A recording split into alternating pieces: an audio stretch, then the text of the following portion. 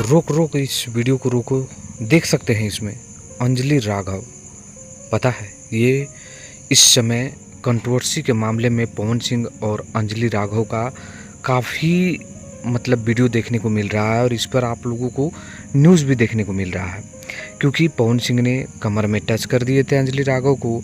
और आपको अब्ज में बता दूं कि एक रील होता है, एक रियल होता है। रील में आप कुछ भी करिएगा वो चलेगा, लेकिन अगर आप रियल में ज़रा सा भी कुछ भी टच कर देते हैं तो कितना बात का बतंगड़ बन जाता है, इस पर आपको देखने को मिला।